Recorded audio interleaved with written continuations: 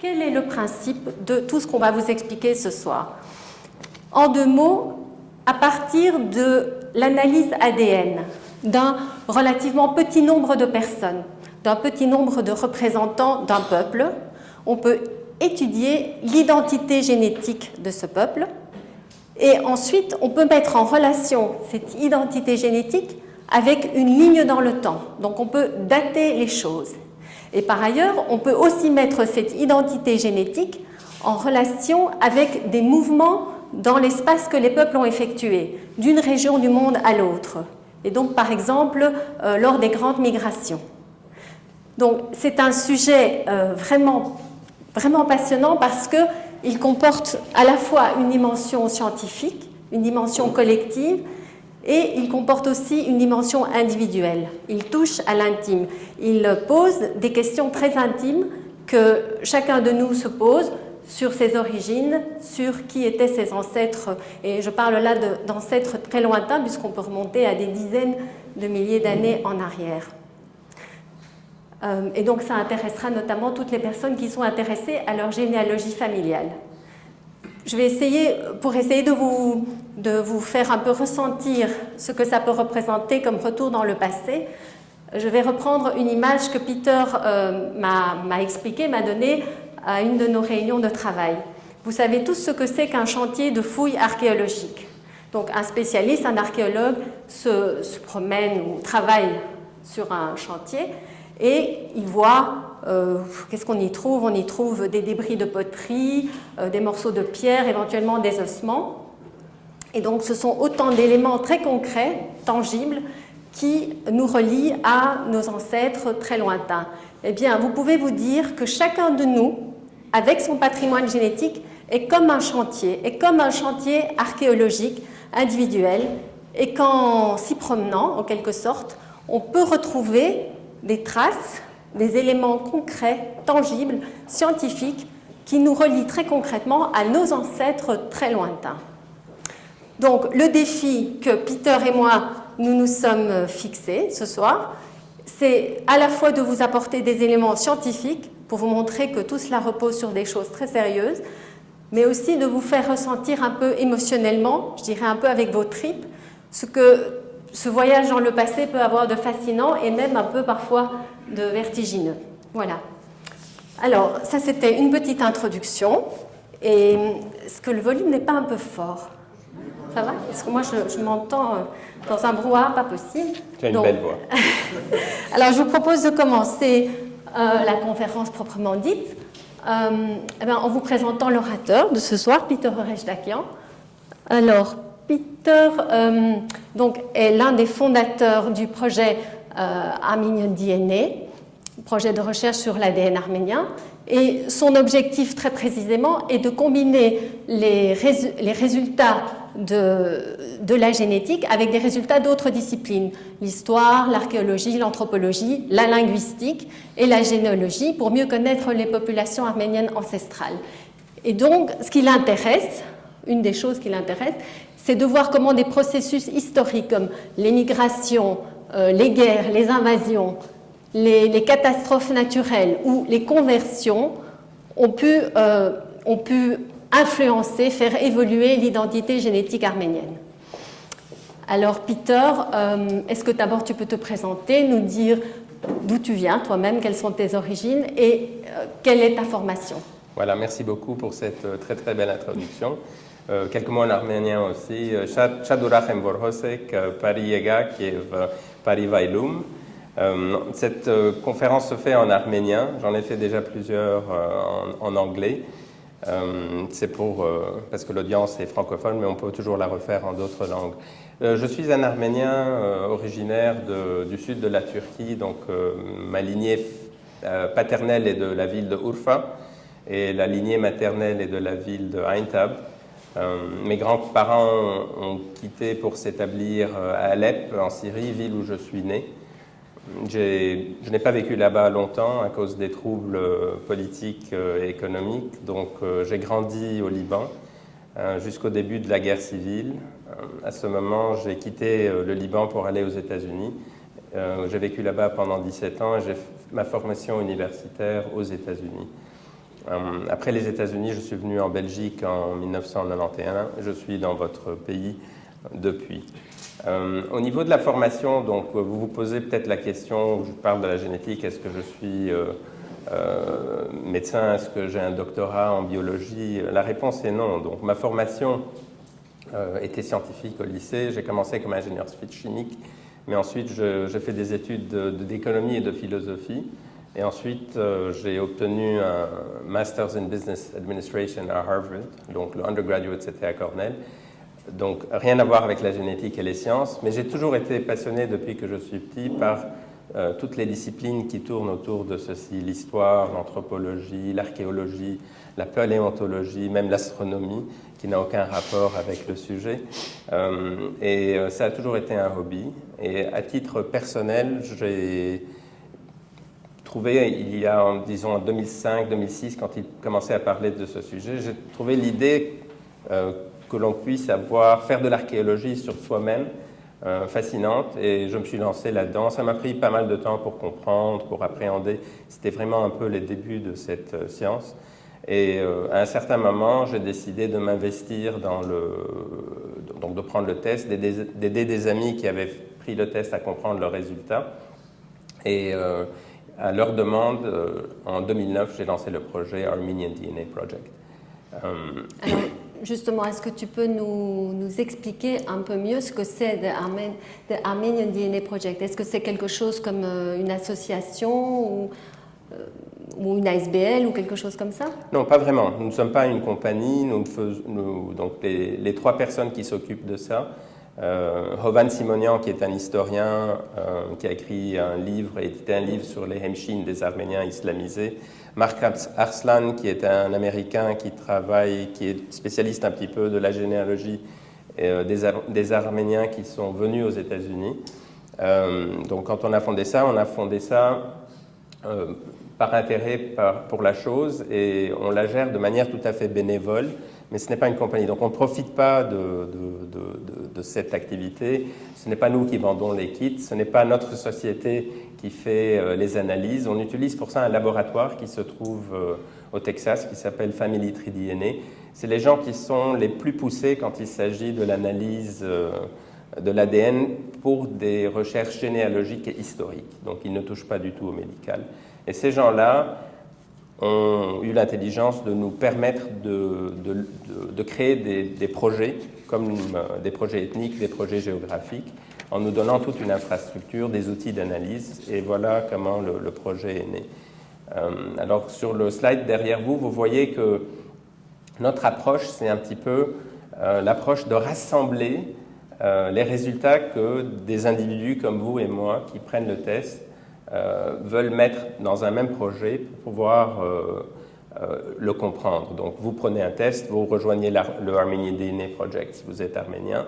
C'est comme ça qu'on assemble les résultats de plusieurs personnes. Donc, alors que l'approche des chercheurs, ce qui est mentionné au bas du slide, il y a des chercheurs qui travaillent là-dessus depuis 2000-2001, dont Levon Episcoposian, qui est la sommité dans le domaine, qui a écrit le premier article à ce sujet en 2001. Ces gens-là sont des universitaires qui ont des doctorats. Lui travaille à Yerevan en l'occurrence. Et ils font des études à grande échelle. Donc ils visitent une ville, une région, ils demandent 500 échantillons d'ADN arménien par exemple.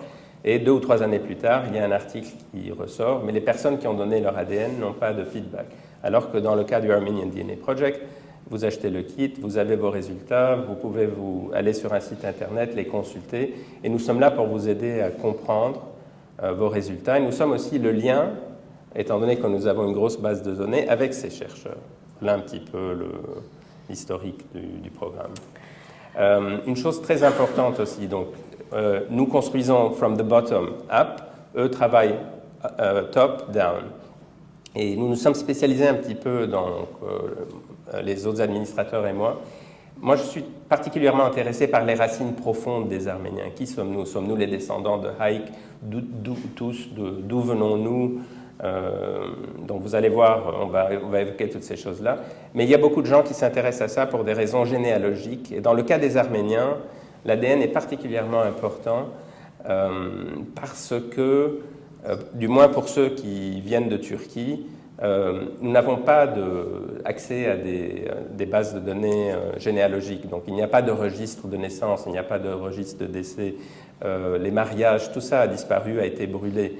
Et très souvent, quand vous posez la question à quelqu'un, ils ne peuvent pas remonter au-delà de leurs grands-parents, éventuellement les arrière-grands-parents. Mais après ça, on ne sait pas. Une autre caractéristique des Arméniens qui viennent de ces régions aussi, c'est que nos noms de famille ne sont changés fréquemment. En fonction du métier que nous faisions, en fonction de la ville d'où nous venions. Si quelqu'un était très beau, il devenait un Güzelimianche. Si quelqu'un chantait très très bien, il devenait un Boulboulian, alors qu'il était peut-être... moi, c'était un Rechtakian, donc je devais avoir des ancêtres qui étaient vraiment des anges. Donc voilà. Et la troisième raison pour laquelle c'est intéressant pour les Arméniens aussi, c'est que les vrais orphelins du génocide, ceux qui ne savaient vraiment pas du tout d'où ils venaient, qui ont été recueillis au bord de la route, ces gens-là peuvent, en prenant des tests ADN, trouver des parents et ils arriveront peut-être à savoir même la région, la ville, le village duquel leurs ancêtres sont venus. Ça, c'est l'aspect généalogique, mais sur lequel nous n'allons pas nous attarder ici, mais c'est un élément important du projet. Ok. Donc, tout à l'heure, je vous ai dit que nous allions aussi essayer de vous donner quelques éléments scientifiques. Donc, au début de l'exposé, on va un petit peu vous expliquer les chromosomes, l'ADN, les gènes, etc. Mais avant d'en arriver là, je vous propose de voir les grandes questions auxquelles ces recherches peuvent permettre d'apporter des éléments de réponse. Alors, première grande question, quel est le profil génétique des Arméniens? Est-ce que la génétique peut aider à définir ce qu'est un Arménien? Première grande question. Deuxième question, est-ce que les Arméniens sont un peuple autochtone? Est-ce qu'ils sont originaires de ce qu'on appelle le plateau arménien et des régions limitrophes? Ou bien ils sont un mélange d'autochtones et de gens qui sont venus d'ailleurs? Alors ça, Peter nous expliquera exactement ce que ça veut dire. Troisième question, est-ce qu'on peut retrouver dans l'identité, dans le profil génétique des Arméniens, des traces génétiques, bien sûr, des peuples qui ont envahi l'Arménie? Et enfin, une dernière question qu'on abordera aussi dans la conférence, c'est si on compare l'identité, le profil génétique des Arméniens avec celui de peuples voisins, géographiquement, est-ce qu'ils sont très proches ou au contraire, est-ce qu'ils sont très différents? Donc voilà, vous allez avoir égrené au cours de la conférence des éléments qui vont peu à peu composer des réponses à ces questions. Et ce que je voudrais quand même déjà dire à ce stade, c'est que pour que ces réponses aient pu être apportées, il a fallu qu'un relativement petit nombre d'Arméniens, donc quelques centaines, près d'un millier, fassent cette démarche de faire un test ADN. Mais ça, on va y revenir plus tard. Donc, comme j'ai dit, maintenant, retour sur les bancs de l'école. Alors, tout commence avec les chromosomes. Si vous ne vous souvenez plus très bien ce que c'est pas grave, moi non plus, il y a quelques mois, je ne m'en souvenais plus très bien. Donc, dans notre corps, nous avons des cellules, dans chaque cellule, un noyau, et dans chaque noyau, des chromosomes qui sont constitués de spirales d'ADN qui constituent notre patrimoine génétique. Alors, quelles sont les caractéristiques, les particularités très spéciales de ces chromosomes qui font que ça nous permet de faire un lien avec nos ancêtres très très lointains? D'accord. Avant de répondre à cette question, vous avez dû remarquer qu'il y a 2 slides qui sont passés que je n'avais pas commentés. Je me propose de repartir en arrière rapidement pour vous montrer donc, de quoi on parle quand on parle de l'Arménie. Ça, ce sont les territoires... L'Arménie actuelle, l'État de l'Arménie est en jaune ici. La région qu'on appelle l'Arménie historique est en pointillé noir. En règle générale, les Arméniens que nous testons viennent de ces régions, leurs ancêtres lointains du moins. Il y avait la Grande Arménie et la Petite Arménie. Ce que vous voyez ici, c'était le royaume de Tigrane le Grand. On peut oublier parce que ça n'a pas duré très très longtemps, mais c'était l'étendue maximale du royaume arménien, mais ça n'a pas laissé de traces vraiment génétiques ou que ce soit. Et après la chute d'Ani, il y a eu bien sûr le royaume de Cilicie qui a existé pendant près de 400 ans, si je ne me trompe pas. Mais voici les régions dont on est en train de parler. Une petite parenthèse aussi pour vous expliquer que les Arméniens, donc le lieu physique où ils se trouvent, où ils vivaient pendant des millénaires, c'était vraiment la région qu'on appelle le haut plateau arménien, qui se trouve bordé des montagnes du Grand Caucase, du Petit Caucase, du Taurus, les chaînes du Taurus et du Zagros en Iran. Et c'est un plateau où l'altitude moyenne est de 1000-1500 mètres. Donc c'est une région relativement difficile d'accès, avec des montagnes, des vallées retranchées, un climat assez rude. Et comme vous verrez, c'est un peu la topographie du lieu qui nous a permis de rester arméniens pendant si longtemps. Voilà, on revient aux questions importantes que Sylvie avait posées. Donc, elle a parlé des chromosomes. Donc, toutes les personnes ont 24 chromosomes dans leur gène. Et en règle générale, on hérite donc les chromosomes de ses parents. Donc, chaque personne est le mélange des chromosomes des deux parents. Chaque parent est le mélange des chromosomes de leurs parents. Et ça remonte comme ça. Plusieurs générations. Donc tout le monde est un mélange des chromosomes des parents. Mais donc, si on ne faisait qu'analyser les chromosomes de choses qui se mélangent, on remarquerait qu'on est tous mélangés, mais il n'y aurait rien qui nous permettrait de retrouver ce fil, comme un fil d'araignée qui remonte à la toile, ce fil conducteur qui nous permet de remonter des centaines, des milliers, des dizaines de milliers de choses en arrière. Mais pour qu'il y ait un fil conducteur, il faut qu'il y ait quelque chose en nous qui ne se mélange pas. Et chez les hommes, donc, vous avez le chromosome X. Donc, la chose qui différencie un homme d'une femme, c'est qu'une femme a 2 chromosomes X, alors que l'homme a un chromosome X et un chromosome Y. Le X, il l'hérite de ses 2 parents. Le Y, il ne l'hérite que de son père. Et le père ne l'a hérité que de son père. Donc c'est quelque chose qui n'est pas mélangé, parce que la mère ne contribue pas de chromosome Y, étant donné qu'elle n'en a pas. Donc ça, c'est un des fils conducteurs que nous utilisons. Et comme vous voyez sur le prochain schéma, excusez-moi, ça a sauté, voilà, c'est un fil conducteur donc, qui va d'un homme et qui remonte la lignée paternelle. En plus, notre société est patriarcale, donc souvent les hommes restaient au même endroit, les femmes bougeaient plus, donc ça a une signification particulière. Et une chose que je voudrais aussi citer ici, c'est que tous les gens qui sont de la même lignée paternelle appartiennent au même groupe de chromosomes Y. Vous verrez que c'est très très important ça. Ça veut dire aussi que si quelqu'un prend un test ADN, le résultat est valable pour lui, pour ses frères, pour son père, pour son oncle paternel, pour ses cousins paternels. Donc il n'y a pas besoin de faire beaucoup de tests. Un test est valable pour plusieurs personnes. C'est un moyen aussi de vérifier si on est cousin avec des gens qui sont censés être cousins, mais dont on n'est pas sûr. Pour les femmes ont 24 chromosomes et ils sont tous mélangés, donc les X et les 22 autres aussi.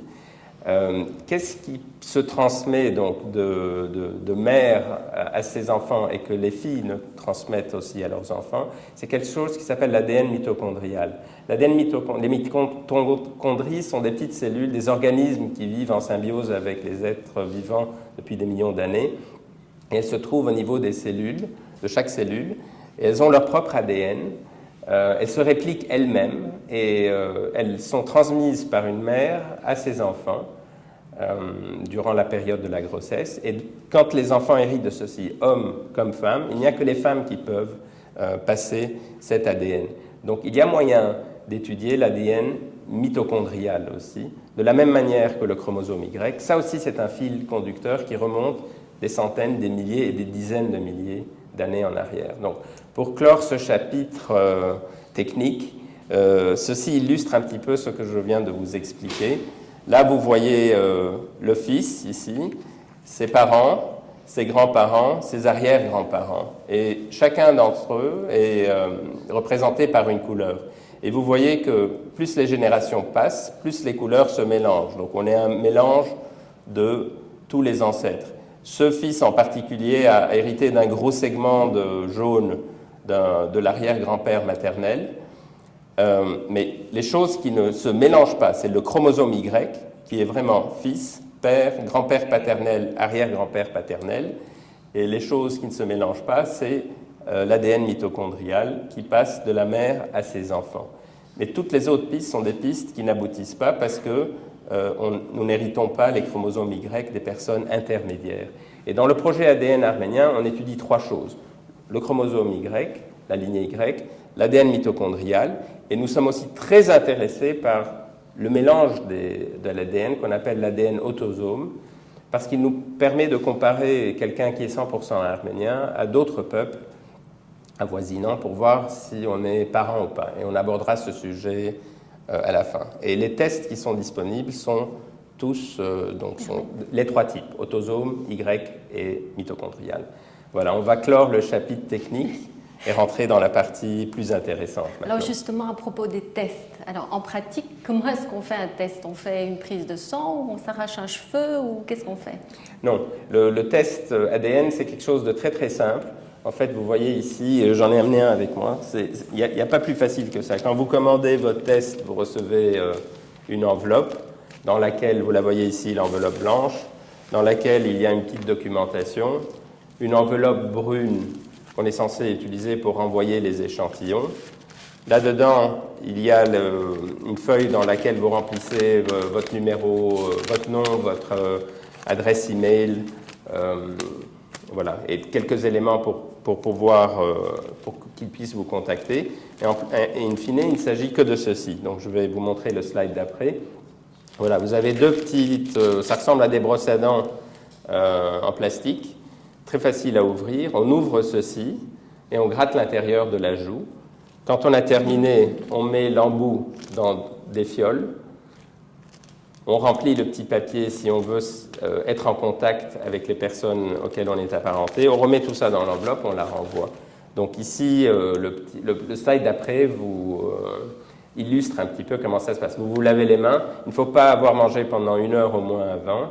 Donc vous vous grattez l'intérieur d'une joue pendant 1 minute avec un dé bâtonné, puis l'intérieur de l'autre joue avec l'autre bâtonné, 1 minute aussi. Vous mettez ça dans la fiole, vous fermez, vous remplissez le papier, vous renvoyez. Ça prend 2 minutes pour le test, 5 minutes pour le tout. Et avec ça, c'est la boîte de Pandore. Voilà, c'est extraordinaire, je veux dire. Vous avez accès à des informations extraordinaires sur vos ancêtres. Ok.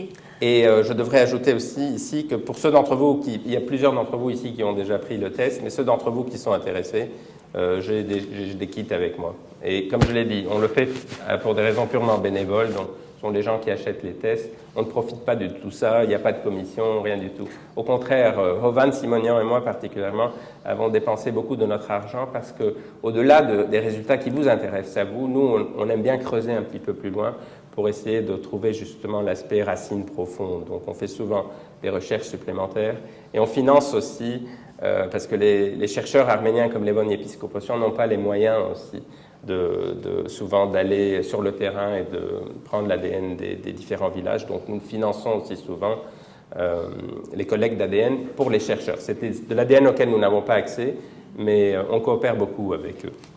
Je vais ranger ceci. Ok. Donc là, on a compris comment on fait un test ADN pour une personne, mais même un grand nombre de tests ADN individuels, ça ne suffit sûrement pas à faire le lien avec des migrations ou des événements historiques. Alors comment est-ce qu'à partir des ADN d'un certain nombre de personnes, on peut former des groupes et puis on peut les mettre, comme je disais au tout début, en relation avec les époques qui défilent, la ligne du temps et des mouvements d'une région du monde à l'autre, comme les migrations. Comment est-ce quel est le raisonnement? Voilà, donc ici je vais vous expliquer un petit peu comment on arrive à créer ce qu'on appelle des haplogroupes et on va rentrer dans un exemple assez détaillé pour que vous compreniez bien le sujet. Donc, quand on analyse, on a parlé de l'ADN des Arméniens, c'est quand on analyse l'ADN des personnes, donc c'est un domaine c'est une discipline qui a commencé autour de l'an 2000. Donc quand on analyse l'ADN des gens, on trouve qu'ils tombent dans différents groupes et les chercheurs les ont libellés, A, B, C, D, E, F. Et en faisant des tests de personnes à travers le monde, on a réussi à trouver 2 choses que l'on retrouve sur ce slide. Première chose, c'est que nous voyons un petit peu d'où nous venons. Donc l'ADN a confirmé ce que d'autres personnes pensaient, c'est que le berceau de l'humanité, c'est l'Afrique. Peut-être pas l'Afrique Kenya, peut-être que c'est l'Afrique à l'époque où le Sahara était fertile, mais c'est certainement l'Afrique, parce que les groupes les plus anciens ont commencé en Afrique. On arrive aussi à voir, en divisant les êtres humains partout dans le monde en groupes, on arrive à voir où se trouvent ces groupes et on déduit aussi des mouvements de population. Donc les flèches que vous voyez ici représentent les mouvements de population. Donc à l'origine, c'était l'Afrique. Il y a eu un mouvement, un premier mouvement vers le sud de l'Asie et l'Australie. Il y a eu un deuxième mouvement qui est passé par nos régions et qui s'est disséminé en Europe, en Asie, jusqu'aux Amériques. Là, vous voyez la carte de l'ADN mitochondrial, donc c'est pour les femmes. Alors, non seulement vous voyez où ça a commencé et vous voyez où ces groupes sont partis, mais ici, vous pouvez voir que grâce à la fréquence des mutations, on peut déterminer à peu près quand ces groupes sont venus en existence et quand ils ont commencé à migrer. Donc, c'est les mutations génétiques. Hein. C'est la vitesse. Les mutations. On fait une hypothèse sur la vitesse des mutations génétiques. La vitesse des mutations, voilà. Et donc, avec ces hypothèses sur tous les combien de, je sais pas, de milliers d'années ou de centaines d'années, il y a des mutations. Quand on a un groupe avec un certain nombre de mutations par rapport à un autre groupe où il y en a moins, on peut dire combien de milliers, centaines d'années les séparent. Donc, c'est vraiment les mutations génétiques qui permettent de dater les différents groupes, sous-groupes, sous-sous-groupes qui viennent d'une même grosse branche, quoi, d'un même grand groupe. C'est quand même intéressant. Mais les mutations sont beaucoup plus fréquentes que ce que tu dis. Donc un père passe une vingtaine de mutations sur le chromosome Y à son fils, etc. L'important, c'est que le fils ait d'autres fils et que cette lignée survive. Si elle ne survit pas, c'est une lignée qui s'éteint. Donc les mutations sont plus fréquentes. Donc si elles étaient très fréquentes, elle ne serait pas intéressante. Si elle n'était pas fréquente du tout, elle ne serait pas intéressante parce que tout le monde aurait les mêmes ancêtres. Alors, une chose qui est intéressante aussi, c'est qu'on réalise aussi que Adam et Ève, pour toute l'humanité, quelle que soit la couleur, la religion, la langue, ça remonte à 200-250 000 ans seulement. Donc, au-delà de ça, voilà. C'est à partir de là que nos ancêtres viennent. Ce n'est pas plus vieux. Il y a des hominides et des hominiens qui sont beaucoup plus anciens que ça.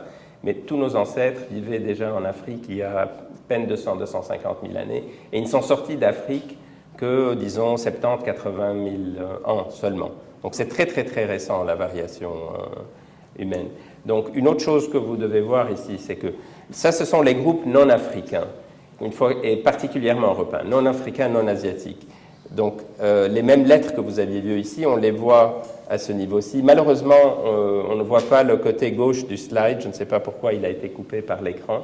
Mais il y a une échelle ici qui montre 10 000 ans, 20 000 ans, 30 000 ans, 40 000 ans, 50 000 ans, 60 000 ans. Donc, on voit un peu que tous ces groupes, on arrive à dater la période à laquelle ces groupes sont venus en existence. Et comme Sylvie a dit, ce groupe correspond à une femme. Elle a eu plusieurs filles. Une des lignées des filles a donné naissance au groupe J. Une autre lignée des filles a donné naissance au groupe T. Il y en a eu d'autres qui n'existent plus parce que les filles n'ont pas survécu et leurs descendants. Et maintenant, on se retrouve ici, il y a 12 000 ans à peu près, à l'aube de l'ère récente, disons, l'âge de cuivre, l'âge de pierre, l'âge de cuivre, l'âge de bronze, l'âge de fer, avec énormément de groupes. Et les couleurs ici vous indiquent où elles se trouvaient. Donc on voit que les groupes les plus anciens, Southwest Asia, c'est nos régions à nous, donc le Moyen-Orient. L'Europe, c'est la partie bleue. Et il y a quelques groupes qui sont un peu mélangés que l'on retrouve en Afrique parce que cette carte ne montre pas les groupes africains. Mais vous voyez par contre ici qu'il n'y a que 2 groupes féminins, U, 2U et 1 que l'on retrouve ici qui s'appelle W, qui datent d'il y a 40 ou 50 000 ans. La plupart des groupes féminins qui se trouvent en Europe sont relativement récents.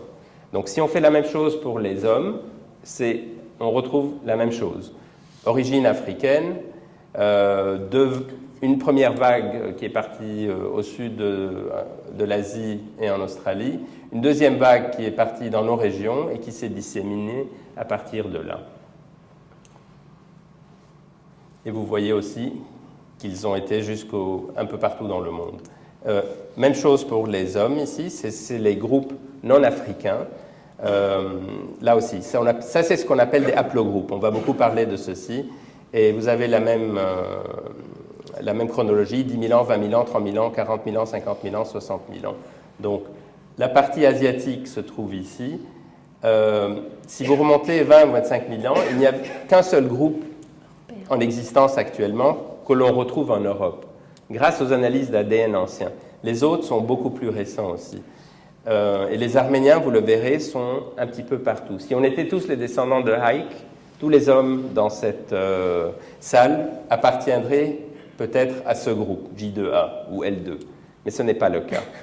Le groupe le plus important chez les Arméniens, 25% de la population, c'est R1B, 25 à 30% de la population, et on monte jusqu'à 35 à 40% pour les Arméniens qui viennent du Siounik et du Karabakh.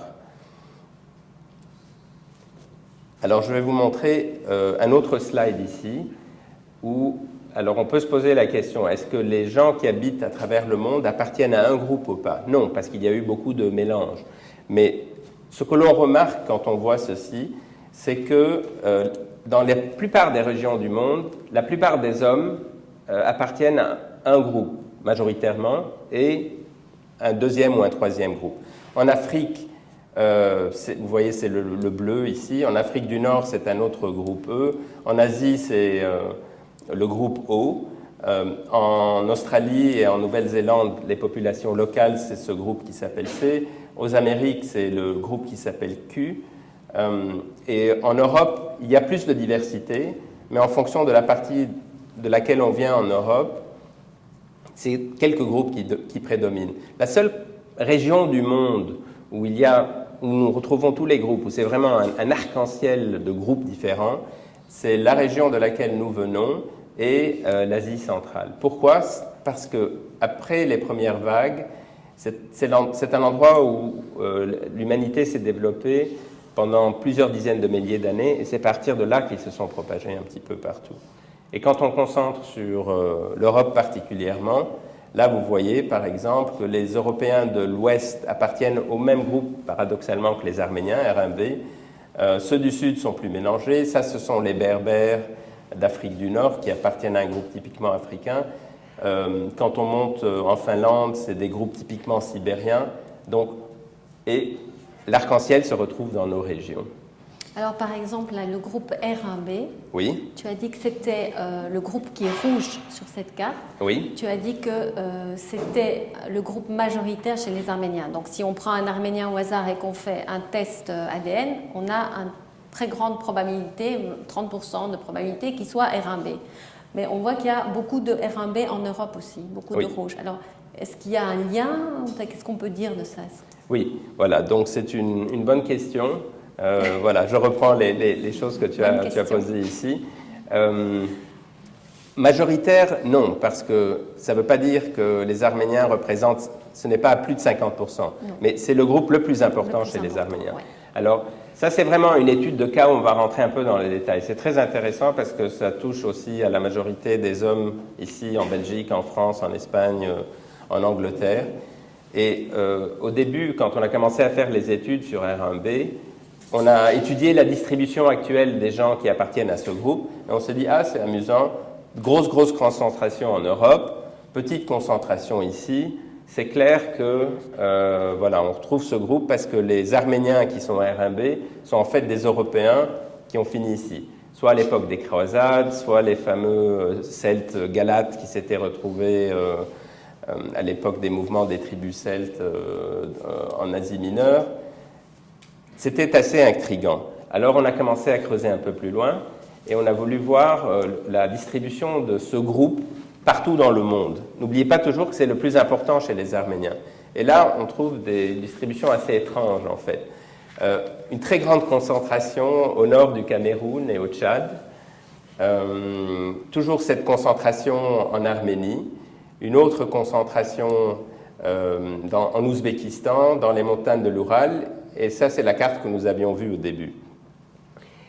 On a commencé alors à se pencher sur ce que je vous ai expliqué, donc les mutations qui ont lieu de génération en génération, et on a réussi à dater la période à laquelle les différentes mutations ont eu lieu.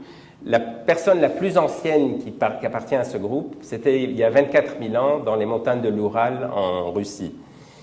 Et les branches les plus anciennes de ce groupe qui est très important chez les Arméniens se trouvent toutes dans nos régions, donc Mer Noire, Anatolie, Moyen-Orient, la région autour de la mer Noire de nouveau. Les Arméniens appartiennent beaucoup à ce groupe, vous verrez ça dans le prochain slide. Et la partie européenne est relativement très récente, 3000 à 1200 ans seulement. Et vous vous souvenez du slide où je vous ai dit qu'en Europe, si on remontait 10, 20, 30 000 ans, on ne trouve qu'un seul groupe. R1b n'existait pas il y a 10 000, 15 000 ans, il n'existait pas il y a 6 000 ans. On arrive à extraire l'ADN ancien de squelettes et on ne trouve pas de ces R1b au-delà d'une période de 3000 ans avant Jésus-Christ. Et là, vous avez une idée aussi des différentes périodes. Paléolithique, 1 million à 11 500 ans, mésolithique, néolithique, l'âge de bronze. Ça vous donne un petit peu la manière dont on peut dater les groupes. Et le prochain slide, là, je crois, illustre vraiment bien ce que j'essaye de vous dire.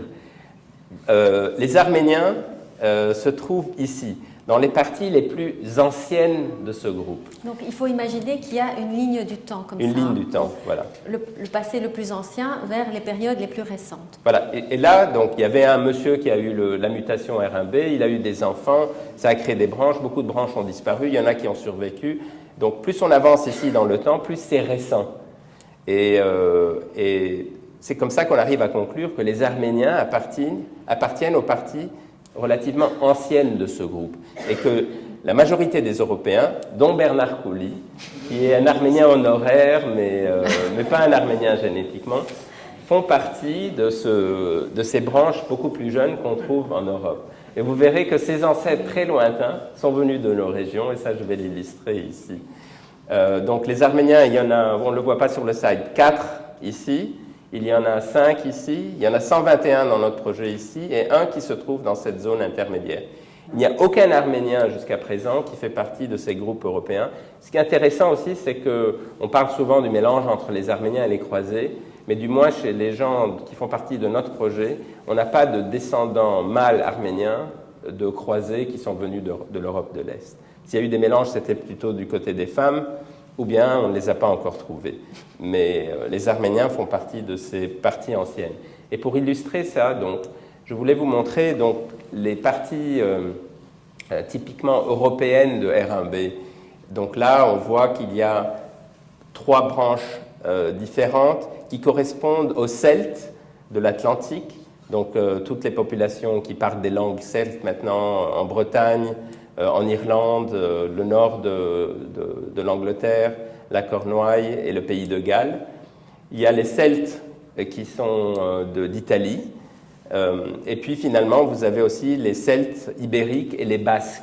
Toutes ces populations appartiennent à un des grands groupes de R1b européens. Le groupe auquel appartient Bernard, c'est un groupe qui est typiquement germanique. Et donc, comme je vous l'ai expliqué, ces gens-là ne sont arrivés qu'il y a 2 ou 3 000 ans en Europe. Et c'est très intéressant de voir où se trouvent les concentrations de ces différents peuples. Donc, vous voyez par exemple que les Celtes d'Italie, on en retrouve un petit peu en Anatolie, mais pas dans les régions arméniennes. Et ça, c'est exactement la région qui a été peuplée par les Galates. C'est un peuple celte qui a migré, qui est venu au centre d'Anatolie à l'époque classique et qui s'est installé là-bas et qui s'est mélangé avec les peuples existants. Les autres n'ont pas de traces dans ces régions-là. Le groupe auquel Bernard appartient, on le voit un petit peu mieux ici, c'est toujours pour illustrer un petit peu comment il est vraiment lié au peuple germanique. On le retrouve en Angleterre dans la partie où les anglo-saxons sont arrivés. Ça, c'est le mur d'Adrien, ça, c'est le pays de Galles, l'Irlande et le Danemark. Les Vikings sont arrivés ici.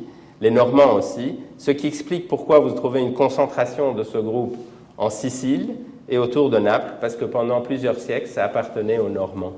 Donc voilà un petit peu comment j'illustre ce qu'est un haplogroupe et comment on arrive à dater le début d'un groupe et comment on arrive à déterminer d'où viennent les peuples. Donc là, je crois que vous devriez avoir une bonne idée des migrations, de ce que représente ce concept. Et on va voir comment ça s'applique aux Arméniens. Alors, une petite chose ici, si on ne parlait que des gens vivants maintenant, ce serait très intéressant, mais est-ce que les gens qui vivaient dans le temps appartenaient au même groupe? Si on n'arrivait pas à tester l'ADN ancien, ce serait vraiment de la spéculation. Heureusement que nous arrivons maintenant à extraire l'ADN de squelettes vieux de milliers, même de dizaines de milliers d'années. Et la technologie est très très avancée, il y a beaucoup de gens qui travaillent là-dessus, dont une arménienne qui s'appelle Clio Der-Sarkissian, qui est vraiment très très pointue à ce sujet. Elle ne travaille pas sur l'ADN ancien des Arméniens, mais elle travaille sur l'ADN ancien des êtres humains aussi et d'autres organismes dans un des laboratoires très poussés à ce sujet. Donc ça nous permet de prouver l'existence d'un groupe au sein d'une population ancienne. Ça nous permet, à travers des preuves scientifiques, de confirmer que ces groupes existaient quelque part.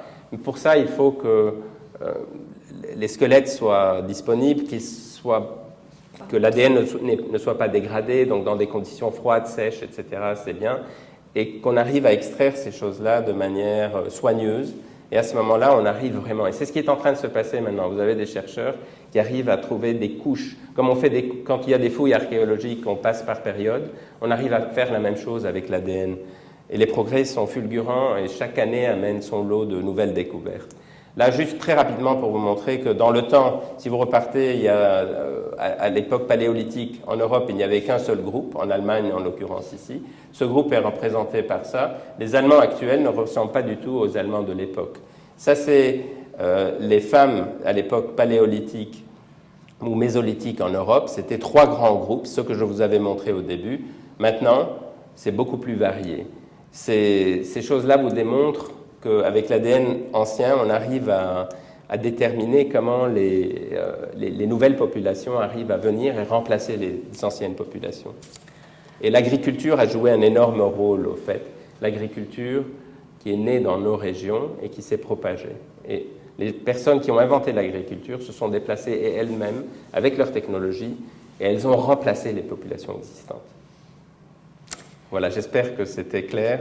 Oui, nous filmons tout ceci, ce sera disponible sur YouTube pour ceux d'entre vous qui ont envie de revoir à leur aise.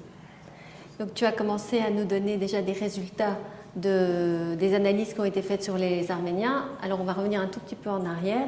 Est-ce que tu peux nous expliquer maintenant c'est quoi exactement le Armenian DNA Project, qui sont les participants, combien, quelle est leur répartition géographique et qu'est-ce que nous révèle leur test ADN? Voilà, au jour d'aujourd'hui, donc on en avait parlé un petit peu au début de comment nous avions commencé. Au jour d'aujourd'hui, nous avons 800 membres, nous avons 600 personnes qui ont pris le test ADNY, donc le test qui est disponible au mâle, et 300 personnes qui ont pris le test ADN mitochondrien. Souvent les hommes qui sont un petit peu plus curieux que les femmes sur leur origine génétique, mais voilà. Mais ça, c'est le résultat des recherches. Moi, j'aime bien quand c'est équilibré. Moi aussi. Voilà. Donc, j'espère qu'on le sera. Ceci vous montre un petit peu la genèse du projet qui a commencé en 2009. Et nous sommes arrivés à ce stade ici. Et vous voyez un petit peu, ça, c'est le nombre de gens qui se sont rajoutés au projet au fil des mois. Et ça, c'est le nombre total de personnes qui se trouvent dans le projet. Ces graphes sont pris du site que nous utilisons, c'est ce que je vous expliquais. La compagnie Family Tree DNA nous met à notre disposition des outils de ce genre pour pouvoir analyser les résultats. Alors, une question qu'on peut se poser, voilà, qui sont les gens qui sont dedans? Je vous ai dit qu'il y en a 800 au total. Voici une sélection de leur nom de famille. Je vous donne 2 secondes pour chercher un petit peu, mais vous verrez qu'il y a voilà, beaucoup de noms. Certes, probablement pas le vôtre pour ceux d'entre vous qui n'ont pas pris le test, mais c'est assez représentatif. Vous verrez aussi qu'il y a beaucoup de Mélik, ici dans cette partie. J'expliquerai à la fin, c'est un des objets de nos recherches. Une autre question que les gens posent souvent, c'est « Ok, très sympa, toi tu es originaire du sud de la Turquie, Aintab, Urfa, est-ce que c'est tous des Aintabsi et des Urfasi ou bien est-ce que vos membres sont représentatifs de tous les Arméniens ?» La réponse, c'est que nous avons vraiment essayé de chercher, bien que ce n'est pas nous qui contrôlons qui achète un kit et qui rejoint notre projet, on réalise que les gens qui le rejoignent viennent de partout dans le monde. Et là, vous avez une carte qui montre le village ou la ville d'origine de l'ancêtre paternel le plus lointain, connu, des membres de notre projet. Et vous voyez que c'est assez bien représenté. Et pour parler de personnes qui viennent de régions limitrophes, Levon Episcoposian, qui est le chercheur arménien, lui, sa famille est de limite entre Azerbaïdjan et Karabakh, Artsakh, la ville de Ganja, donc ses lignées paternelles et maternelles viennent d'ici. Nous avons, comme Arméniens originaires de Géorgie, la lignée de Charles Aznavour. On a le fils de Charles Aznavour qui a pris le test, donc son test est valable pour son père aussi. On a un chercheur et un politicien assez connu en Roumanie qui s'appelle Varujan Pambucian, qui est membre de notre projet aussi. Nous avons plusieurs Arméniens qui viennent du village de Kessab, qui est le seul village arménien qui reste maintenant de tous les villages qui existaient à l'époque ottomane. Tous les autres ont disparu durant le génocide et ensuite quand la province du Hatay a été donnée par les Français à la Turquie et la région de Moussadag, les 40 jours de Moussadag. Donc tous ces gens ont été transférés au Liban et partout dans le reste du monde. Mais le seul village qui reste, c'est Kessab, de cette région-là. Et nous avons plusieurs Arméniens qui sont membres de ce projet. Et un autre groupe aussi qui est représenté chez nous, c'est les Arméniens qui viennent de Julfa, de Nord Julfa, New Julfa.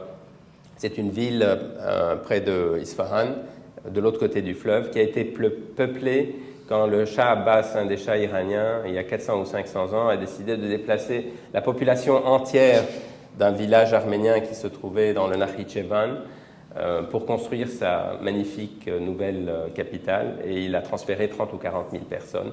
Leurs descendants sont là, ils sont très influents partout dans le monde et ils sont aussi dans notre projet. Donc très représentatifs des Arméniens partout. Et donc, avec tous ces tests de ces 800 ou 900 personnes, vous êtes arrivé à donner des éléments de réponse aux questions que j'avais posées au début, voilà. Présentées au début. Voilà. Et comme je vois que certains d'entre vous sont en train de lâcher un petit peu, j'espère pas tous, plutôt que de vous montrer les slides qui vont arriver aux conclusions, je vais commencer par les conclusions ici. Et ensuite, vous verrez les slides qui illustrent les réponses aux questions que nous avions posées au début. Voilà.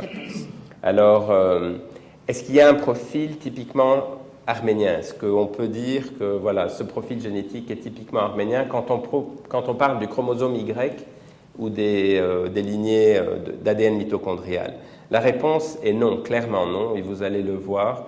On est vraiment un arc-en-ciel d'origine génétique qui sont devenus arméniens, mais nous ne sommes pas les descendants d'un seul fondateur ou d'une seule mère, comme certains autres groupes le sont. Chez les Arabes, par exemple, dans certaines tribus de Bédouins, 90%, 95% des hommes sont des descendants du fondateur de la tribu, parce qu'il y a une... Chez nous, ce n'est pas le cas. Et vous verrez ceci. Et vous verrez aussi que ces lignées existaient avant que nous ne devenions arméniens, il y a 3000, 3500 ans, donc quand nous étions encore des Hourartiens, des Hurriens ou d'autres choses qui habitaient dans ces régions. Avant que nous n'ayons notre identité arménienne, la plupart de ces groupes existaient déjà. Une autre question que l'on se pose, est-ce que nous sommes autochtones ou est-ce que nous venons de nulle part? Là, il faut dire que personne n'est autochtone parce que tout le monde vient d'Afrique. Mais si on arrive à la période 10, 15, 20 000 ans, 30 000 ans, là on peut, comme je vous l'ai montré, déterminer quand les haplogroupes sont venus, ont été créés. Et là on voit que les Arméniens sont autochtones de la région pas exactement du plateau arménien, mais de la région un peu plus large qui englobe le plateau arménien et les régions vraiment avoisinantes. Et la plupart d'entre nous, je vous le montrerai aussi, sont là depuis 10 ou 15 000 ans. Ça rend un petit peu le fait que nous sommes un peu disséminés, ceux d'entre nous qui sont originaires de la partie qui est en Turquie maintenant, partout dans le monde, triste, parce que nous étions là depuis des centaines, des milliers et des dizaines de milliers d'années. Maintenant, nous sommes éparpillés à travers le monde et on est en train de se mélanger et de se perdre aussi un petit peu. La génétique peut être un des fils conducteurs qui rattache quelqu'un qui est en train de perdre ses racines arméniennes, qui ne parle plus la langue, qui ne pratique plus la religion, mais qui a encore le nom, qui a une certaine fierté. C'est quelque chose, c'est un fil auquel on peut se rattacher un petit peu pour dire « Ah voilà, dans ma lignée, j'ai ceci ». Alors, une chose un peu paradoxale aussi, c'est que malgré que nous sommes d'origine très diversifiée, depuis qu'on est devenu des Arméniens, notre territoire a été envahi plusieurs fois. On était donc, entre beaucoup de différents empires. Il y a eu des guerres. Est-ce que ces gens-là ont laissé des traces chez nous? En règle générale, non. Donc, le profil génétique est resté relativement stable, ce qui est assez étonnant. Moi, je m'attendais à trouver beaucoup plus de mélanges. Et il n'y en a pas tellement. Vous verrez aussi pourquoi c'est le cas. Et je citerai des exemples de groupes qui pourraient être dans nos gènes, mais que nous ne retrouvons pas. À quoi est-ce dû? Probablement à cause de la topographie et du climat. Personne n'a voulu rester, peut-être, je ne sais pas. Peut-être que des gens qui sont venus et qui sont devenus arméniens n'ont pas été acceptés dans la communauté arménienne et finalement se sont intégrés à d'autres communautés. Et c'est probablement aussi le mélange de culture, de religion, de langue aussi qui a permis de rester cohésif une fois que que nous avons commencé à avoir notre identité. Et vous verrez aussi finalement que quand on étudie les Arméniens, c'est très intéressant pour d'autres peuples. Pourquoi? Parce qu'on a une image photographique pour beaucoup de gens de ce que leurs ancêtres étaient avant qu'ils ne commencent leur migration. Donc. Alors, un des premiers résultats, on a parlé du R1B là tout à l'heure, et tu as dit le R1B c'est à peu près 30%. Voilà. Et un des premiers résultats, c'est que les Arméniens appartiennent à 4 grands groupes. C'est ça. 4 haplogroupes. 4 grands groupes. Je vous ai dit que c'était un arc-en-ciel, donc beaucoup plus varié que la plupart des autres populations, mais quand même une concentration. 75 à 80% des Arméniennes appartiennent à 4 ou 5 groupes, comme je l'ai dit. Et donc, en fait, ça veut dire en concret, pour un peu reformuler autrement ce diagramme, ça veut dire qu'on prend un Arménien au hasard dans la salle, on lui fait son test ADN et il a 25% de chance d'être un R1B, 23% d'être un J2, exact. 12% de chance d'être un G, 12% d'être un J1. Voilà. Exact. Ça. Et il y a beaucoup de gens qui disent vous êtes 800, quand vous étiez 100, ça représentait quoi? Et si on est 10 000, est-ce que ça va changer quoi que ce soit? le même graphique. La réponse est non. D'ailleurs, non, ça ne va pas changer. Statistiquement, ça ne peut pas changer. Ça ne peut pas changer. Donc, quand on avait 100 membres dans le projet, c'était déjà cet arc-en-ciel, à 1% près. Si on est 1000 ou 10 000, ça ne va pas changer. Par contre, on trouvera des branches rares qui ont survécu dans un village perdu ou dans donc les petites branches minoritaires. Ou des sous-branches aussi de ces groupes aussi. Parce que chacun de ces groupes a ses branches anciennes, récentes, comme vous l'avez vu dans le cas de R1B ici. Et là, je reviens à ce que j'avais dit précédemment, les hommes arméniens ne sont pas tous les descendants de Haïk. Cette ligne représente 12 000 ans. Donc vous voyez que, il y a 12 000 ans, les Arméniens n'existaient pas encore. Il y a 5 000 ans, ils n'existaient pas encore aussi. Mais les Arméniens d'aujourd'hui appartiennent à tous ces groupes-là. R1B est ici. Les 3 autres groupes, G, J1 et J2, sont ici. Les troisièmes groupes qui sont importants sont ceux en bleu et les petits groupes sont en vert. Et vous voyez qu'il faut remonter 20 000 ans, 30 000 ans, 40 000 ans pour avoir un ancêtre paternel commun. Donc ceci illustre vraiment le fait que les Arméniens sont d'origine génétique très très variée. Et ça s'explique par le fait que la plupart de ces groupes sont nés, ont évolué, puis se sont propagés à partir de la région du plateau arménien et des régions avoisinantes. Le haut du croissant fertile, cette région, le nord de l'Iran, le nord du Caucase. Donc voilà ce que nous retrouvons. Et quand on rentre dans le détail de chacun des groupes, c'est ce que je viens de dire aussi, on voit qu'au sein de chaque groupe, il y a énormément de diversité. Donc là, il y a 5 branches différentes, ça représente chaque fois un ancêtre paternel différent, et plus on va dans le bas, plus c'est des branches nouvelles. Ici, la même chose. Il y a 14% des Arméniens qui appartiennent à ce groupe, mais ils appartiennent à plein de branches. Ça, c'est mon ancêtre, mon grand-père maternel fait partie de ce groupe-ci, mon grand-père paternel fait partie de celui-ci. Donc on voit que même au sein de groupes qui existent depuis très longtemps, chaque branche existe depuis très très longtemps. Donc on est vraiment d'origine très variée. Ça, c'est les 4 grands groupes, ça, c'est les 3 suivants, même chose aussi. On voit énormément de branches différentes. Les Arméniens, on les trouve un petit peu partout. Et même dans les petits groupes, excusez-moi, j'ai été trop loin. Même dans les petits groupes, on voit aussi, voilà. Même dans les petits groupes aussi, on voit qu'il y a une multitude de branches. La question que j'avais posée avant, est-ce que nous sommes autochtones ou originaires d'autre part? Quand on regarde où se trouvent ces groupes maintenant, on arrive à déterminer s'ils sont autochtones ou pas. Donc ça, c'est mon interprétation basée sur tous les articles que j'ai lus, etc. Des branches qui sont autochtones et de celles qui ne le sont pas. D'après moi, 80% des branches, qui représentent 85% des Arméniens dans notre projet, sont originaires de la région. Il n'y a que 20% des branches qui représentent 15% des Arméniens dans notre projet qui sont venus d'autre part. Donc nous sommes un peuple qui est largement autochtone. Et les gens qui sont venus d'autre part sont souvent venus d'autre part il y a longtemps aussi. Il y a, voilà, pas récemment. Mais on ne va pas rentrer dans le détail parce que ça risque de devenir ennuyeux. Alors je vous avais dit qu'on trouve notre ADN intéressant parce que c'est notre histoire, notre archéologie, etc. Mais les autres chercheurs aussi trouvent aussi que les groupes auxquels nous appartenons sont intéressants parce que, en fait, tout a rayonné à partir de nos régions. Et à cause de ça, et à cause du fait que nous sommes restés stables les 3000 ou 4000 dernières années, notre ADN est très intéressant pour tout le monde, particulièrement les Européens, aussi les peuples du Moyen-Orient, et aussi les personnes qui sont parties vers l'Iran, l'Afghanistan et le nord de l'Inde aussi.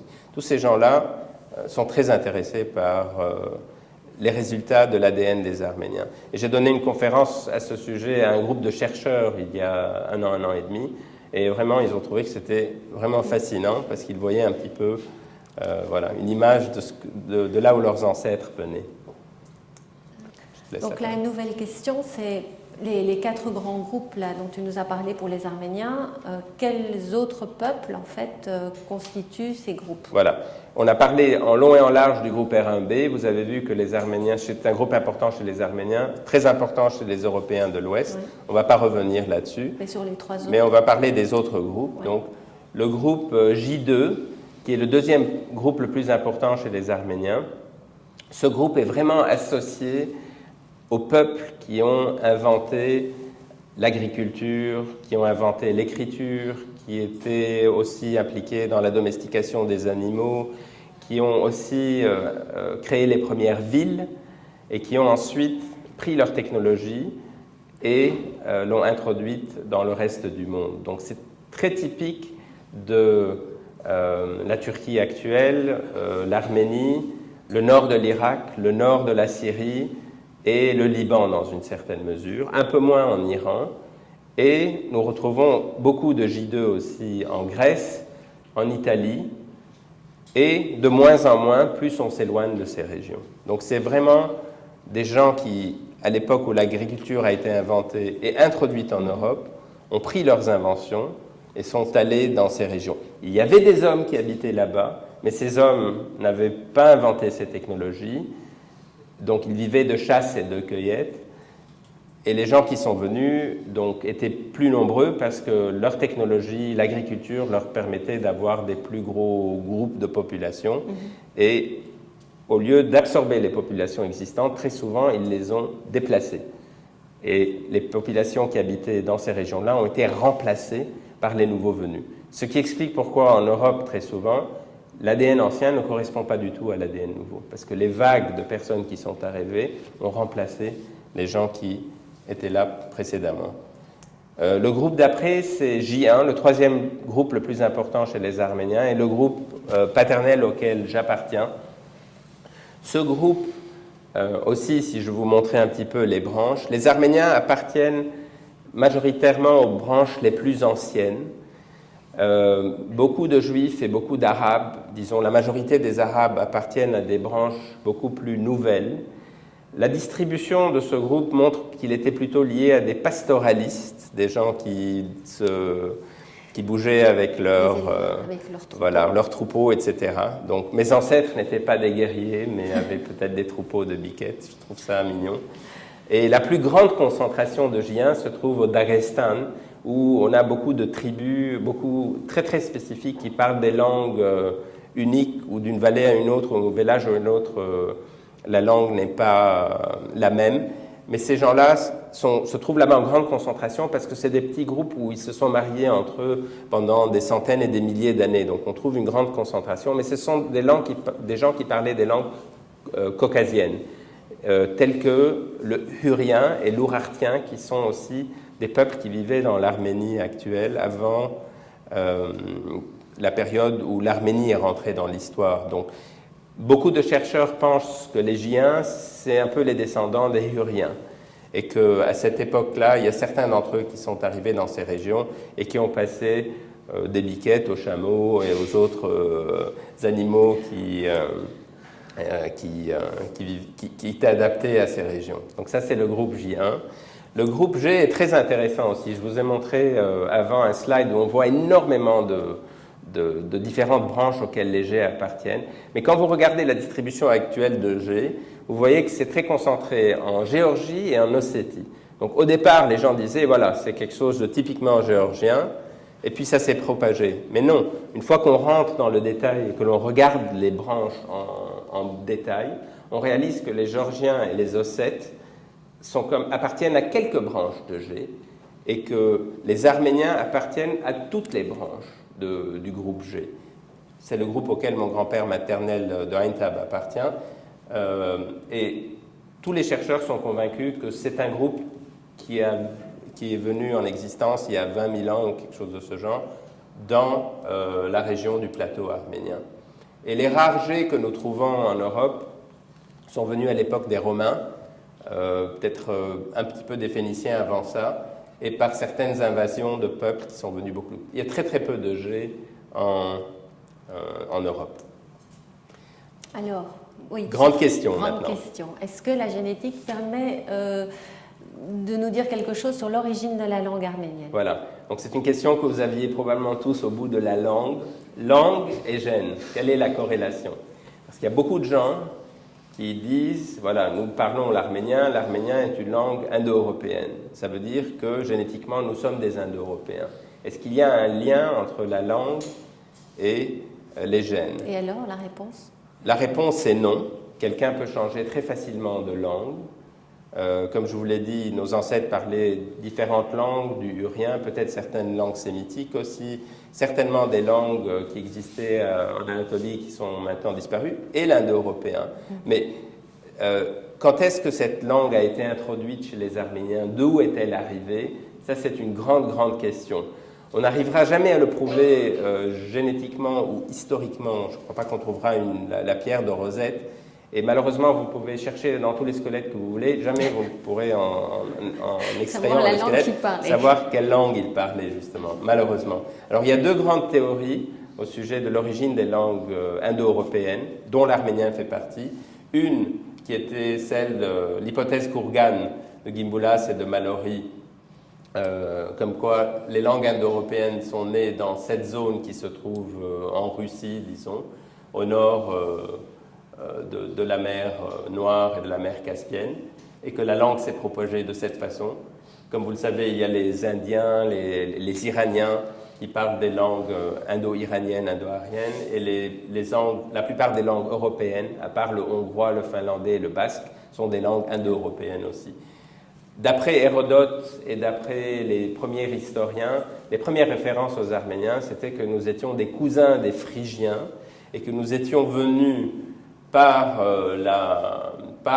ces régions-là d'Europe de l'Est, par la Thrace, et que nous avions traversé ici et que nous étions venus nous installer dans ce qu'est l'Arménie actuelle. Donc voilà, ça c'est la théorie un petit peu de la langue indo-européenne d'après l'hypothèse Kourgan. Il y a une autre hypothèse qui est basée sur d'autres types d'analyses. Je sais que Bernard n'y souscrit pas beaucoup, lui qui est un vrai linguiste, qui dit que la langue indo-européenne est beaucoup plus ancienne que ça et qu'elle est née dans nos régions et que c'est de nos régions qu'elle s'est propagée. Donc on n'arrivera jamais vraiment à le prouver pour du vrai, mais qu'est-ce que la génétique nous permet de dire ? Maintenant, vous savez que les Arméniens sont à majorité autochtones. Vous avez vu un petit peu la distribution de R1b, qui est un groupe assez important. Mais si nous étions venus d'ici, comme Hérodote le dit, on devrait être un petit peu similaire aux populations aux populations slaves et aux populations qui se trouvent dans les régions iraniennes et au nord de l'Inde. Et ces gens-là appartiennent à un groupe qui s'appelle R1A. Ce n'est pas un des 4 grands groupes. Et quand on regarde la distribution de R1A, on trouve qu'il y en a un petit peu partout, un peu dans nos régions, mais pas dans les concentrations auxquelles on s'attendait. Quand j'ai commencé le projet, je m'attendais à ce que 25, 30, 40% des Arméniens soient R1A, si c'était ça, l'origine des Indo-Européens. Mais ce n'est pas le cas. En plus, quand on creuse un petit peu et on rentre un peu dans le détail, on voit qu'il y a 2 types de R1. On voit qu'il y a ceux qui sont slaves et ceux qui sont iraniens. Et les Arméniens, on les trouve où ?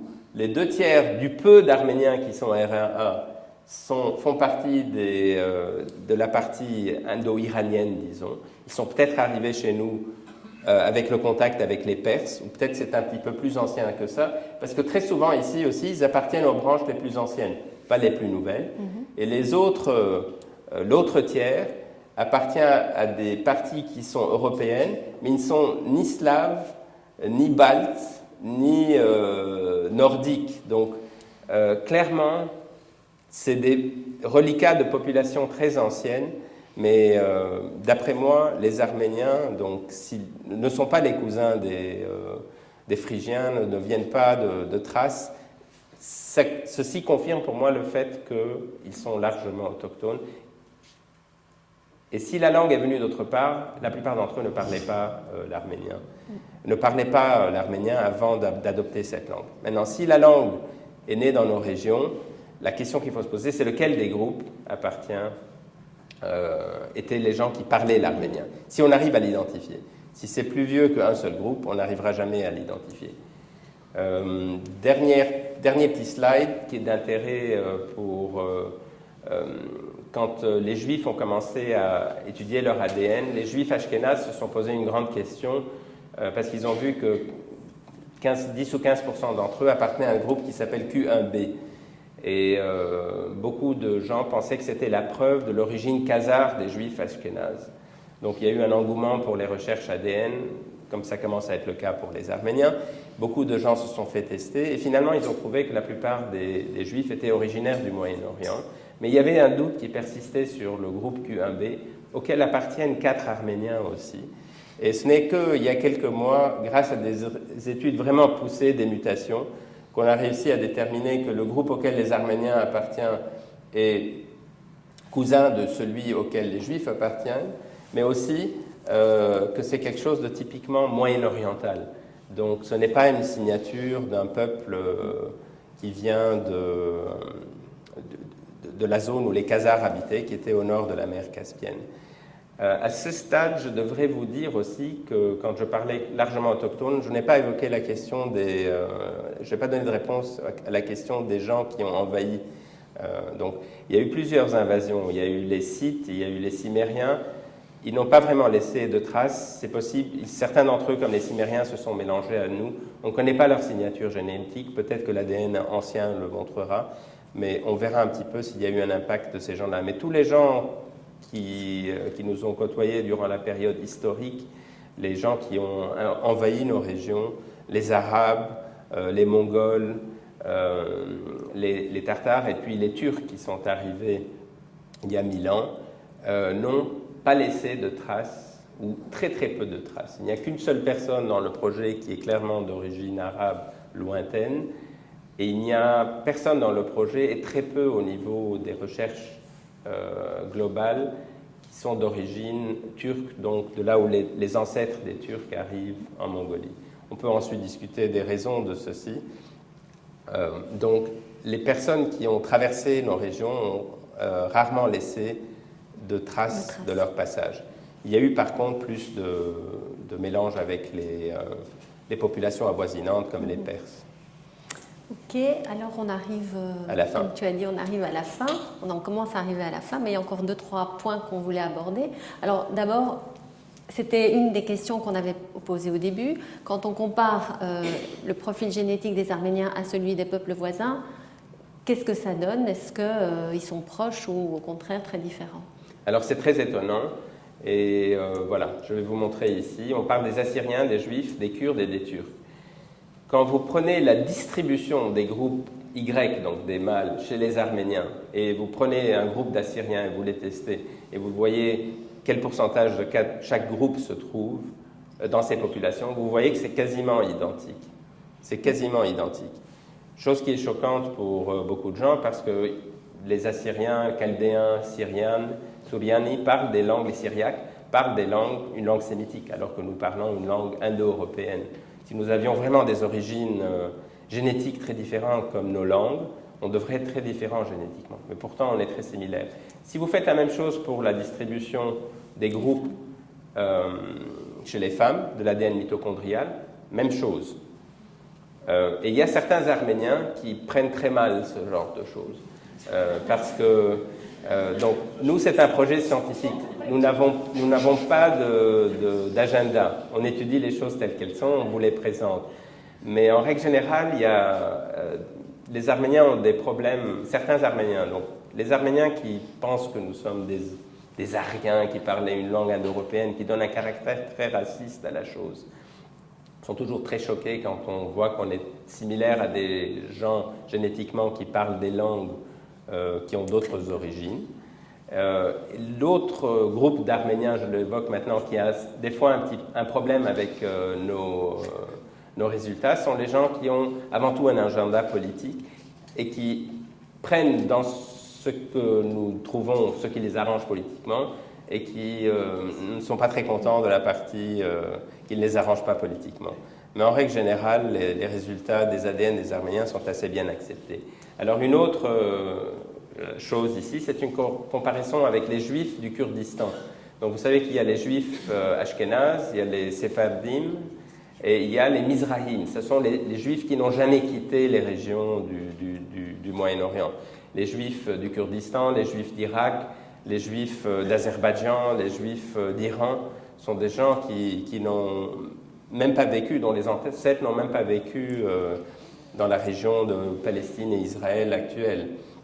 Donc là, c'est une comparaison des Arméniens à gauche pour vous et des Juifs du Kurdistan à droite, et on voit aussi que c'est largement les mêmes groupes. Là, jusqu'à présent, nous comparions les lignées Y et les lignées mitochondriales, hommes-femmes.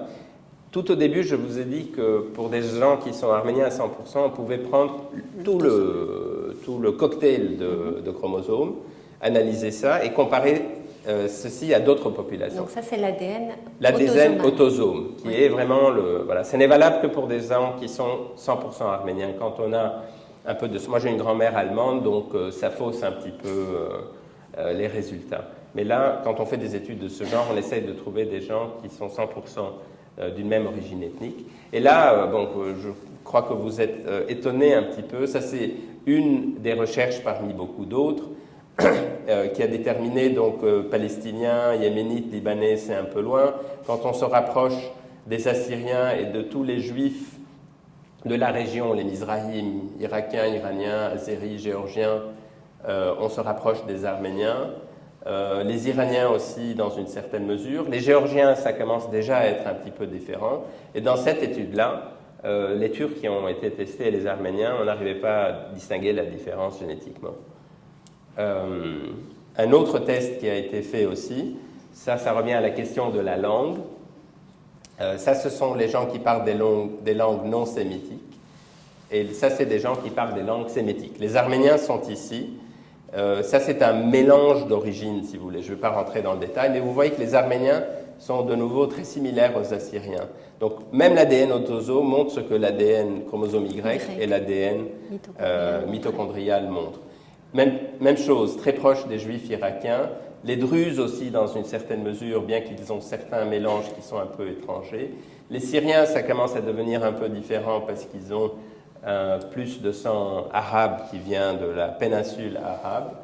Les Turcs, j'y reviendrai plus tard. Les Kurdes, par contre, sont plus proches des Iraniens qu'ils ne le sont des autres populations. Chose que beaucoup de chercheurs et d'historiens pensaient, mais la génétique le démontre aussi, que les Kurdes ont des origines communes avec les Iraniens génétiquement. Et les Turcs, comme on l'avait dit, sont proches des Arméniens. Et ce qui est étonnant quand vous analysez les origines génétiques des Turcs, c'est qu'il n'y a que 12 ou 13% d'entre eux qui sont originaires d'Asie centrale. Quand vous leur posez la question, 90% d'entre eux vous diront « mes ancêtres, c'est des tribus Oruz qui sont venus et ils vous diront « voilà, ils sont venus de tel endroit et tel endroit ». Mais quand vous faites une analyse génétique, vous réalisez qu'il n'y en a que 13, 14, 15%. Il y a plus de Turcs qui sont d'origine de l'Europe de l'Est de l'époque où les Ottomans étaient dans les pays Balkans, donc qui sont slaves d'origine, qu'il y en a qui sont d'origine d'Asie centrale. Le reste, les autres 75%, sont tous des gens qui sont génétiquement très similaires à nous. Soit parce que c'était des Arméniens à une époque, soit parce que c'était les populations qui vivaient dans la Turquie actuelle dans le temps, qui ont été peut-être hellénisées avant d'être turquifiées. Donc ça, c'est un des résultats assez étonnants. Et le slide d'après, c'est un petit peu technique, mais on arrive vraiment à la fin, c'est le tout dernier slide. C'est pour vous montrer un peu la direction que nous prenons dans notre recherche actuellement. Donc, je vous ai dit que si on teste 200, 300, 1000 Arméniens en plus, ça ne va rien changer au niveau global. Ce qui nous intéresse maintenant, c'est vraiment les différences régionales entre les Arméniens. Et quand on prend l'ADN autosomal ou et qu'on arrive à trouver des populations très spécifiques. Maintenant, nous finançons, par exemple, je vais vous lire... Donc, voilà. Régional, variation régionale, tu veux dire que vous entre étudiez... Arméniens. Oui, mais donc vous prenez un échantillon d'Arméniens d'une région particulière ou d'une ville particulière. Voilà, et préférablement d'endroits où ils n'ont pas été mélangés. Donc, on a et c'est ce que nous finançons pour les autres chercheurs. Ce n'est pas dans notre projet, ce sont les chercheurs qui font ça. Donc, dans la vallée de l'Ararat, le village d'Osakhan, Artashat, Ashtarak, Alashkert, Bayzet, Garman, Siouni, Karabakh, donc il y a des expéditions où les gens vont et prélèvent l'ADN de gens qui sont là depuis très longtemps. Sassoun, Van et Mouch, dans la région qui faisait partie de la Turquie. Beaucoup d'autres villes bientôt. Urmia, Khol, Salmas et Makout, ce sont des villages arméniens en Iran actuel, la partie azérie de l'Iran. New Julfa, les Hemshin aussi, qui sont une population d'Arméniens qui ont été islamisés. Donc on est en train d'extraire ça et on arrive à différencier de cette façon les Arméniens. Donc ils se trouvent dans ces 4 groupes ici. Les Arméniens sont là, il y a 3 échantillons d'Arméniens et on arrive à voir maintenant, en étudiant l'ADN autosome, la différence entre un Arménien de l'Ouest, un Arménien de l'Est, un Arménien d'Azerbaïdjan et un Arménien Hemshin, donc qui vient de la région proche de la mer Noire. Et on arrive à faire ça avec les Turcs, les Assyriens, donc ça commence à être très très fin. Il y a des outils qui nous permettent de différencier. Et nous voudrions aussi maintenant utiliser la génétique pour essayer d'affirmer ou de confirmer certaines théories qu'il y a dans l'histoire de l'Arménie sur des mouvements et des déplacements d'Arméniens au sein même de l'Arménie historiquement. Et on y arrive petit à petit. Les gens de Sassoon, par exemple, ont un mélange très particulier que les gens de Van n'ont pas. Voilà, c'est ça que nous sommes en train d'étudier maintenant. Et je crois qu'il y a aussi des projets de recherche, pas sur des villes ou des régions, mais aussi sur des groupes d'Arméniens un peu particuliers. Voilà, effectivement. Donc, comme je l'ai mentionné, il y a un groupe d'Arméniens qui a été islamisé il y a 400 ou 500 ans, les Hemshin. Ceux d'entre eux qui n'ont pas voulu se convertir sont allés vivre en Aprasie, ils s'appellent les Hamshen. Les autres sont restés en Turquie, musulmans pendant longtemps, parlant un dialecte arménien. Maintenant, ils sont en train de se mélanger avec le reste de la population. Donc, on les a analysés pour voir s'ils étaient d'origine arménienne ou pas. Mais comme vous le réalisez, c'est compliqué de déterminer. J'ai beaucoup de Turcs qui viennent me demander de prendre un test pour voir s'ils sont arméniens. Et je ne peux pas voir la différence. Donc, il faut faire des choses un petit peu plus poussées. Nous avons aussi pour des raisons historiques, nous étudions les Méliques et les gens qui prétendent qu'ils sont des descendants des Mamikonians et des Bagratouni, donc les vieilles dynasties arméniennes, pour essayer de voir si nous arrivons à déterminer des descendants de ces gens-là, bien que c'était il y a très très longtemps, et il y a beaucoup de prétendants, et on en teste 10 et on trouve 8 groupes différents.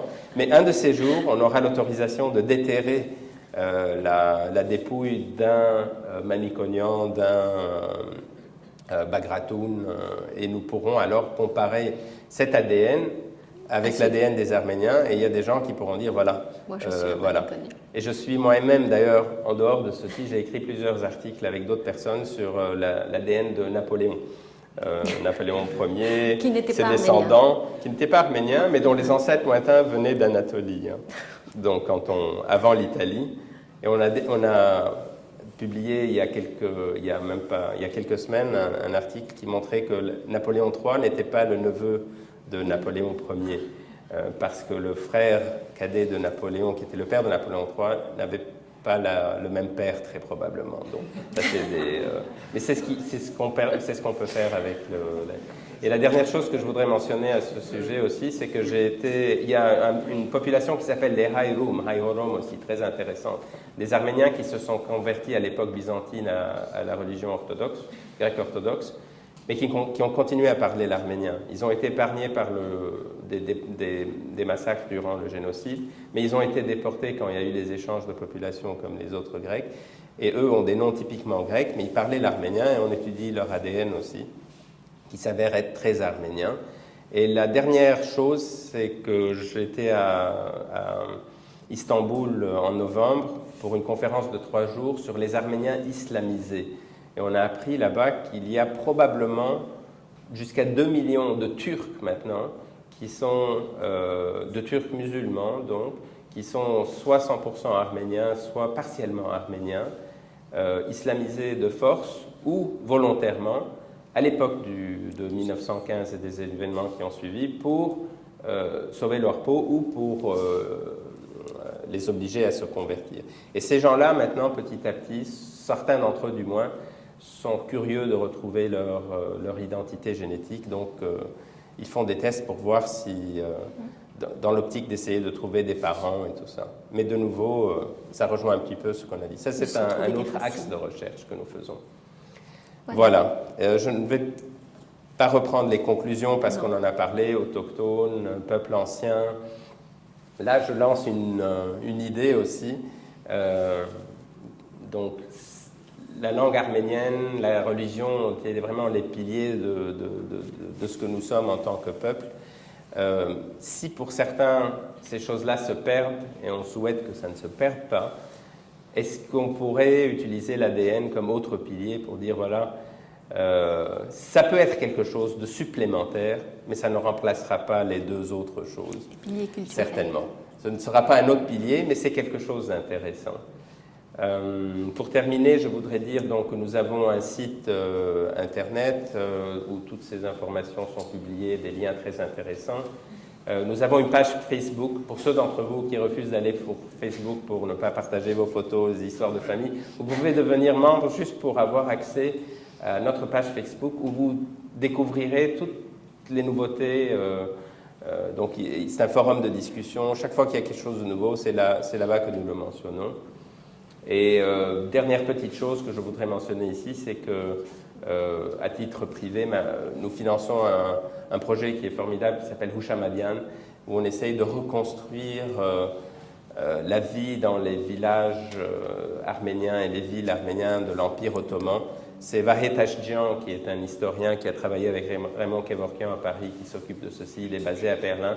C'est un travail admirable.